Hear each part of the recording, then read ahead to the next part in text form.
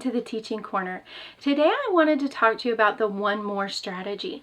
So for some of our students, learning how to count change is really difficult. The sizes are different, so they don't necessarily go up in order, like your largest coin isn't necessarily worth more.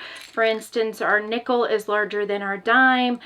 Some of them are different colors. Our penny is the copper color, and for some kids it is so very confusing because it doesn't go up in the same amount of increments, and they are never going to be able to deal with change.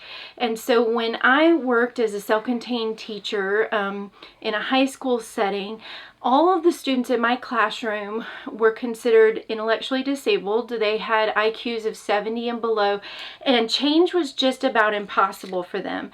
But if my students walked into a store, it's okay, in my opinion, if a store or shopkeeper, you would hope it would never happen, but it's okay if they get shorted a couple of cents.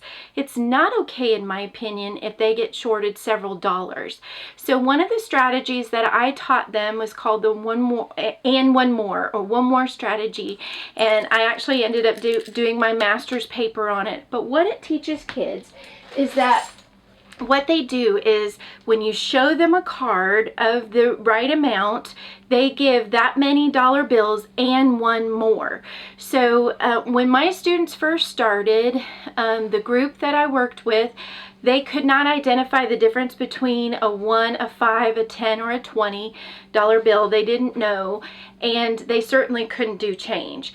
So the first thing we would do is you would only work up with flashcards. I had it on flashcards. Nowadays with some of this, you could do this on a computer program that utilizes flashcards or that looks like a cash register. But when I was doing it, I just did flashcards, and I would put anything up to $4.99, and I would show them the card. And so if it was $4.67, they would give me 4 $1 bills and one more.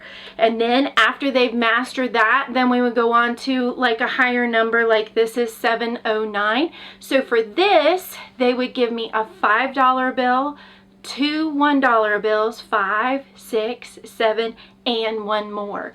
And you would continue doing this, going up until you ended at $20, because most of our students are not going to be going into the store really paying more than that, but I'm sure that students could figure out to even go beyond that. But it helps them be able to round up what their purchase was so they could do it all in cash, and they would never get ripped off more than a couple of cents if that ever were to happen to them, which again, I hope it would not. Nowadays, a lot of things are digital, and a lot of students might use check cards and things like that. I don't know, but if you work with students that just are not capable of doing change, this is a really good strategy to make sure that they can understand the values of the different amounts of $5 versus a $20, and that they give one more for the change so that they don't get ripped off.